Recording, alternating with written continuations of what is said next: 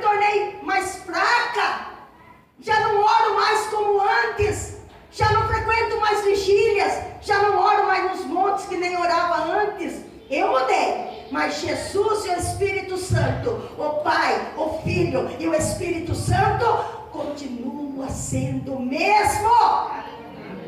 Então, pastora Deus, o que está acontecendo com a igreja? Nos últimos dias, por causa da iniquidade, o amor de muito se esfriaria. Por causa do pecado, irmãos.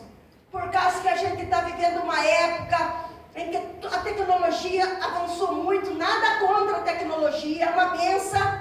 Mas às vezes a gente deixa de vir para a casa de Deus, para a gente ficar na frente do YouTube. Ah, vocês fiquem na minha casa mesmo.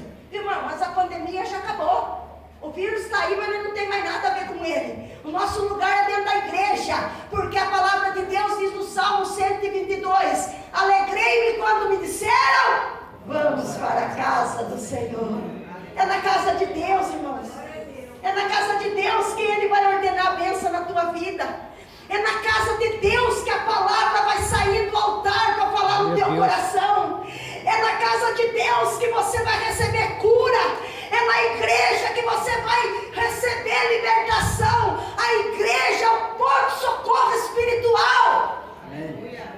A igreja é a única instituição divina que liberta drogados, homossexuais, prostitutas, lésbica e por aí afora. Drogados é a igreja. Vocês veem, irmãos, tem clínicas por aí que é 2, 3 mil reais, pais pagando para que o filho fique. Não é liberto. Mas quando ele chega na igreja, que tem um pastor que ora, um pastor que prega, ele está ali sentado e de repente a fé vem pelo ouvir a palavra de Deus. Aquela pessoa que diante da sociedade ninguém dá nenhum valor para ele. De repente a palavra cai naquele coração e aquela pessoa que ninguém dava valor para ele se torna um grande pregador da palavra de Deus. Aleluia! Mas aonde isso acontece? É na igreja. Aonde nós não podemos perder as raízes. Glória a Deus. A igreja não pode perder a raiz, irmãos. A igreja não pode perder os princípios. A igreja não pode perder os valores. A igreja começou lá no livro de Atos. E depois, se vocês começarem a estudar as 7 igrejas do Apocalipse, vocês vão ver como que ficou a igreja depois. A igreja ficou morna. A igreja ficou sem buscar a presença de Deus. A igreja ficava mais ligada na luxúria. A igreja que era para ser hoje, em pleno século 21, uma igreja onde não tem vergonha dos dons do Espírito. Uma igreja onde não tem vergonha de dar uma arranjada de língua estranha. Uma igreja que foi chamada para orar para os enfermos.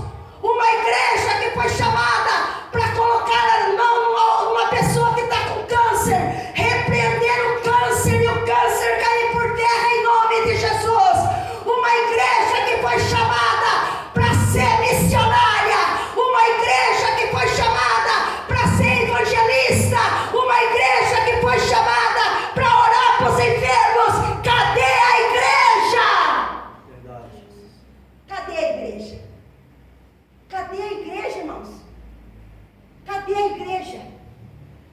A igreja precisa resgatar valores. A igreja tem um chamado. A igreja tem um chamado. A igreja tem um chamado. Por que será que não acontece tantas operações de milagres dentro da igreja? Irmãos, eu vi numa época, em 1978, eu vim de uma época, irmãos, que quando um pastor pegava assim um microfone para pregar, ele começava a orar para a igreja, câncer era vomitado, pessoas endemoniadas eram libertas, pessoas que eram separadas reconciliavam o casamento. Eu vim de uma época onde o Espírito Santo tinha liberdade para trabalhar na igreja. a igreja? Cadê a igreja? Nós não podemos deixar o que Deus deixou para a igreja morrer. Verdade. A igreja tem um chamado